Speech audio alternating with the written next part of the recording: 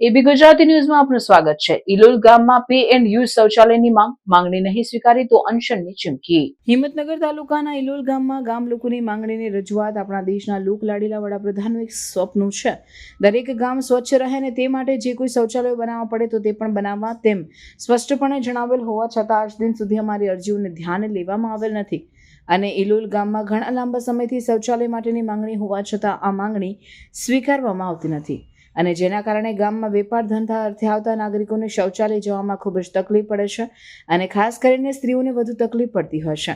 આમ સાબરકાંઠા જિલ્લાના મોટામાં મોટું આ ગામ ઇલોલ હોવા છતાં તેમજ ઇલોલ ગામમાં વેપાર ધંધા અર્થે બહારથી પણ ઘણી જ પબ્લિક આવતી હોવા છતાં અમારી રજૂઆતોને વારંવાર નજરઅંદાજ કરી અમારી માંગણીઓ સ્વીકારવામાં આવતી નથી, જેથી ના છૂટકે તમોને આ અરજી આપી જણાવીએ છીએ કે તારીખ 31/7/2025 સુધીમાં અમારી આ માંગણી સ્વીકારવામાં નહીં આવે તો ના છૂટકે અમારે ગાંધી ચિંધ્યા માર્ગે 1/8/2025ના રોજથી આપની કચેરી આગળ અનશન ઉપર બેસવાની ફરજ પડશે અને તેનાથી જે કંઈ પરિણામ આવશે તે માટે જે તે વહીવટી અધિકારી જવાબદાર હશે જેની નોંધ લેશો।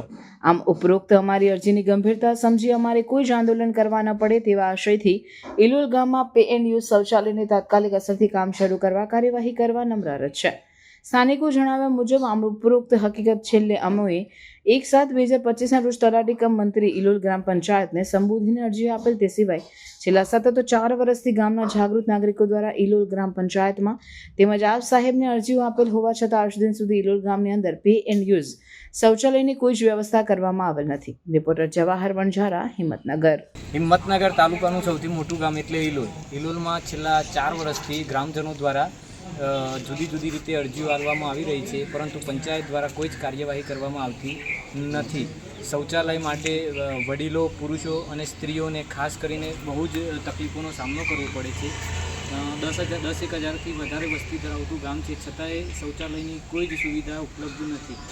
જો 31 તારીખ સુધી પંચાયત દ્વારા કોઈ કાર્યવાહી કરવામાં ના આવી તો અમે સમગ્ર ગ્રામજનો 1 તારીખે સ્વેચ્છાએ અનશન ઉપર પંચાયતની સામે બેસવાના છીએ। જો અમને કંઈ પણ થયું તો એની સંપૂર્ણ જવાબદારી ગ્રામ પંચાયતની રહેશે।